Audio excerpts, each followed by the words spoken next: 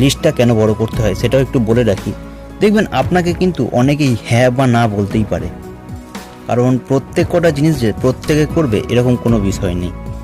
তো আপনাকে কিন্তু সেই কারণে লিস্টটা বড় করতে হবে। যখন আপনাকে 10 জন না করে দেবে তখনও আপনি বলবেন আমার কাছে এখনও 490 জনের লিস্ট রয়েছে, তুই না করলে 490 জনের মধ্যে কেউ না কেউ অবশ্যই করবে।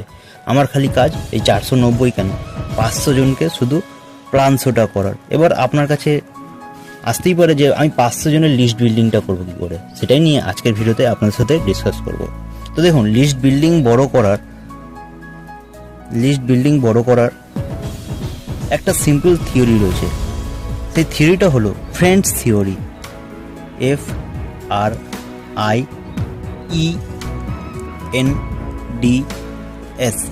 দেখুন, আমরা নেটওয়ার্ক মার্কেটিং বিজনেস যারা করছি, আমাদের যখনই কোনো সিনিয়র বলে লিস্ট বিল্ডিং করতে, আমরা তাতে কাদের নাম লিখি?